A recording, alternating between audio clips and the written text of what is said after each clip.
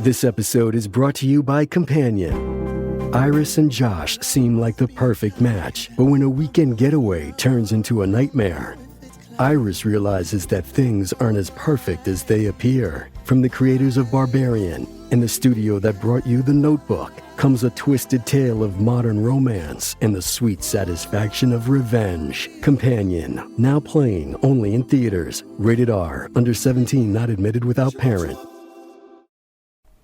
If you are interested in supporting this podcast and at the same time getting all my episodes ad-free, then please head to my website, 3dprintingbasicspod.com. Again, that's 3dprintingbasicspod.com. There you can find all the links to support me, my affiliate links, and as a perk, you can get all my episodes ad-free if you subscribe on Patreon, Spotify, or Apple Music. Again, all my links will be there, as well as a contact form if you have any questions.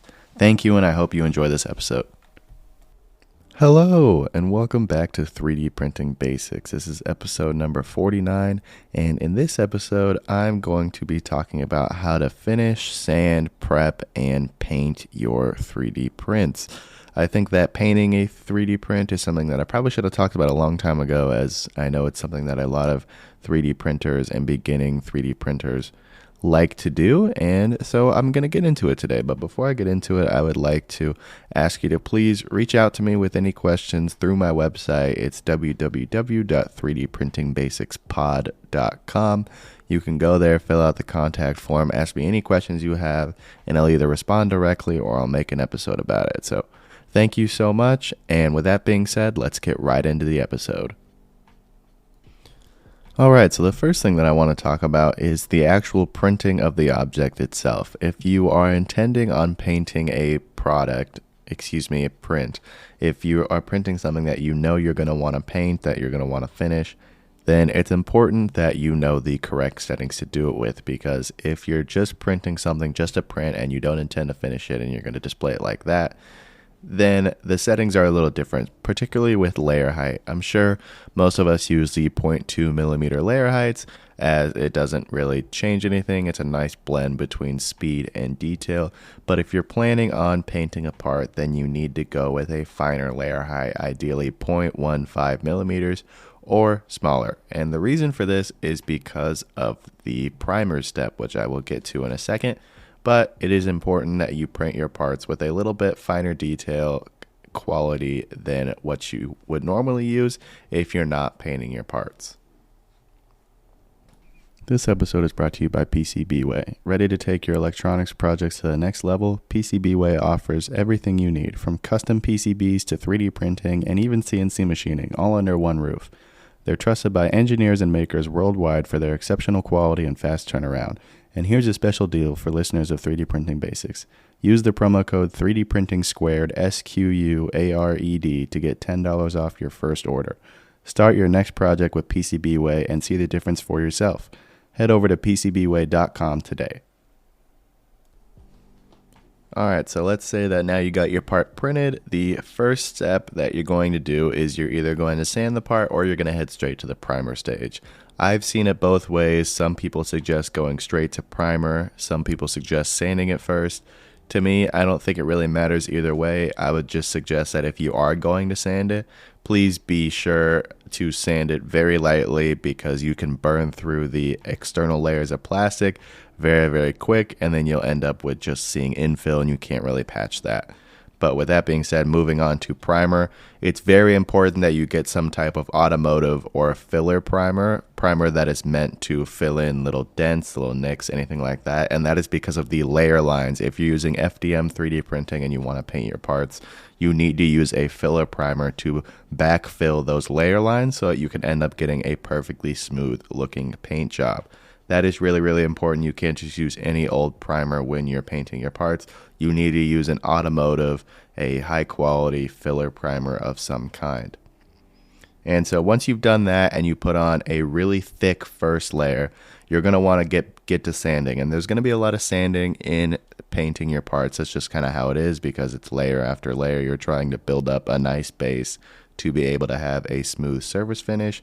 But make sure you're wet sanding if you can. It's not a huge deal if you can't, but wet sanding will keep the dust down when you are sanding your parts. And also make sure that you are using a super fine grit. So something like a 400 grit or even a 600 or 800 grit, because anything that's coarser than that, if you get a rougher sandpaper, it will burn through your parts very, very quickly.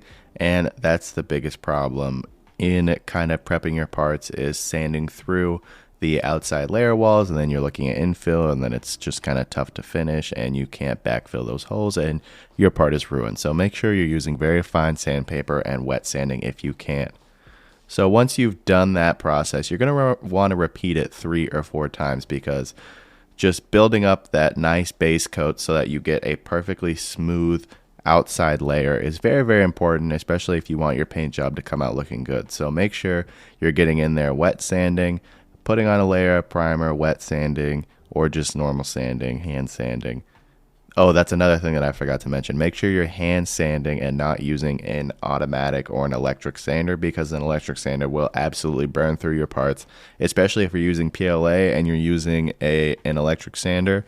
The electric sander gets very hot, and the area that it's sanding gets very hot, and you will melt the PLA super, super fast, and then you will completely ruin your parts. So make sure you're not using an electric sander.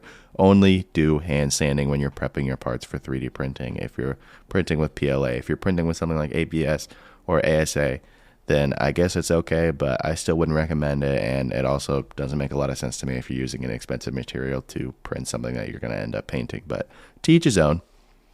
But now that we got that out of the way, let's move on to actual painting itself. From what I've seen and the research that I've done, it doesn't seem like there's any kind of special paint that will work any better or any worse on 3D prints. Once you've got that primer built up, it's kind of just like a normal paint job, so I think you can use whatever you like. Me personally, I like using spray paint when I'm painting my parts, just because it's a little bit easier to use. And at the end of the day, I'm not somebody who has a crazy eye for detail, and I know spray paint is a little bit lower quality and you don't have as much control over it as you would just hand painting these parts, especially the smaller ones. But that's just me. You can make whatever choice you want to make. But for me, I like using spray paint, and if you're using spray paint, make sure you're doing quick, super light strokes, because spray paint will build up super easily, especially on these smaller parts. And make sure you're starting and ending your spray off of the part, because if you're starting and stopping your spray, that can create pooling on the part and make your paint run very, very quickly, and that just isn't a good look for anybody, and it makes the part look really bad. So make sure you're doing that and making sure you're looking out for that if you are spray painting your parts. Alright, so now you've got all the paint on your part. It's looking super shiny, super good. You've got your last light coat of paint on after sanding thoroughly, and it's looking really good. The last thing that you want to make sure you do is add some kind of clear coat, whether it's satin, matte, glossy, whatever you want. Make sure you add a clear coat to protect that paint job. And I'm sure anybody who's painting their parts already knows this, but I just wanted to throw that out there. So make sure you're putting a nice clear coat on top of your parts to protect them and make them last in the long run.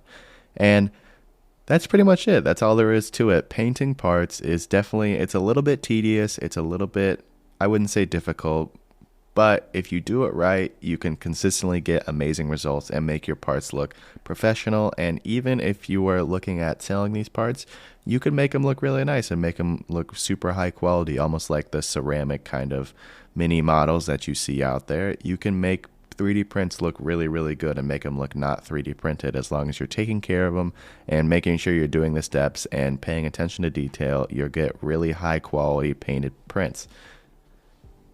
And with that being said, that's just about all I have for you guys today. Thank you guys so much for listening, and I'll talk to you next time.